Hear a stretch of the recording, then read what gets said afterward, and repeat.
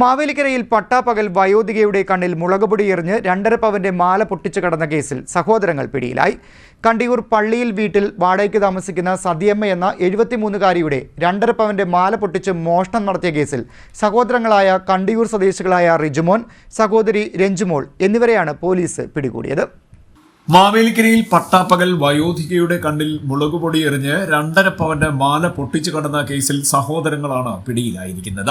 കണ്ടിയൂർ പള്ളിയിൽ വീട്ടിൽ വാടകയ്ക്ക് താമസിക്കുന്ന സതിയമ്മ എന്ന 73-കാരിയുടെ 2.5 പവന്റെ മാല പൊട്ടിച്ച് മോഷണം നടത്തിയ കേസിൽ സഹോദരങ്ങളായ കണ്ടിയൂർ പടാരിയത്ത് സിജു ഭവനത്തിൽ സിജുമോൻ, സഹോദരി രഞ്ജുമോൾ എന്നിവരെയാണ് ചെങ്ങന്നൂർ ഡിവൈഎസ്പിയുടെ പ്രത്യേക അന്വേഷണ സംഘവും മാവേലിക്കര ഇൻസ്പെക്ടർ സി ശ്രീജിത്തിന്റെ നേതൃത്വത്തിലുള്ള മാവേലിക്കര പോലീസും ചേർന്ന് പിടികൂടിയത്.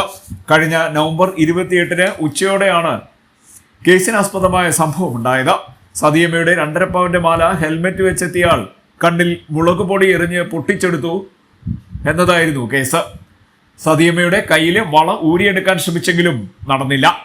തുടർന്ന് മാവേലിക്കര പോലീസ് കേസ് രജിസ്റ്റർ ചെയ്തതിന്റെ അടിസ്ഥാനത്തിൽ ആലപ്പുഴ ജില്ലാ പോലീസ് മേധാവി MP മോഹനചന്ദ്രന്റെ നിർദ്ദേശപ്രകാരം ചെങ്ങന്നൂർ ഡിവൈഎസ്പി MK ബിനുകുമാറിന്റെ മേൽനോട്ടത്തിൽ അന്വേഷണ സംഘം രൂപീകരിച്ച് അന്വേഷണം ആരംഭിച്ചിരുന്നു.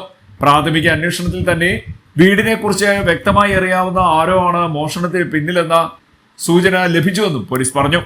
തുടർന്ന് സമീപവാസികളെയും സമാന കുറ്റകൃത്യങ്ങളിൽ ഉൾപ്പെട്ട മുൻ കുറ്റവാളികളെയും കേന്ദ്രീകരിച്ച് നടത്തിയ അന്വേഷണത്തിനൊടുവിലാണ് സജിമോനാണ് മാല പൊട്ടിച്ച് മോഷണം നടത്തിയത് എന്ന കാര്യം കണ്ടെത്തിയത്.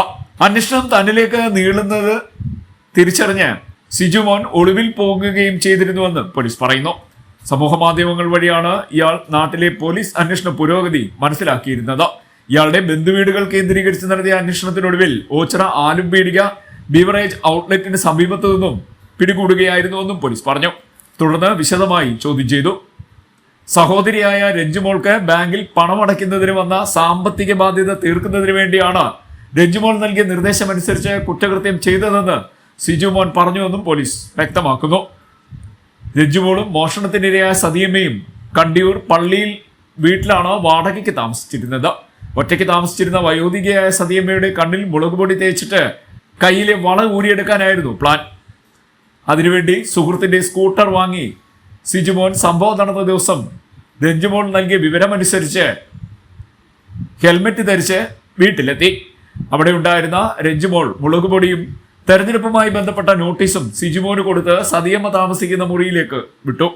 ഹെൽമെറ്റ് ധരിച്ച് സിജുമോൻ മുറിയുടെ വാതിക്കലെത്തി സതിയമ്മയെ വിളിച്ച് തെരഞ്ഞെടുപ്പുമായി ബന്ധപ്പെട്ട നോട്ടീസ് കൊടുക്കാൻ എന്ന് പറഞ്ഞ് മുറിയുടെ അകത്ത് കയറി ആക്രമിച്ച് കയ്യിലെ വള ഊരിയെടുക്കാൻ ശ്രമിക്കുകയായിരുന്നു.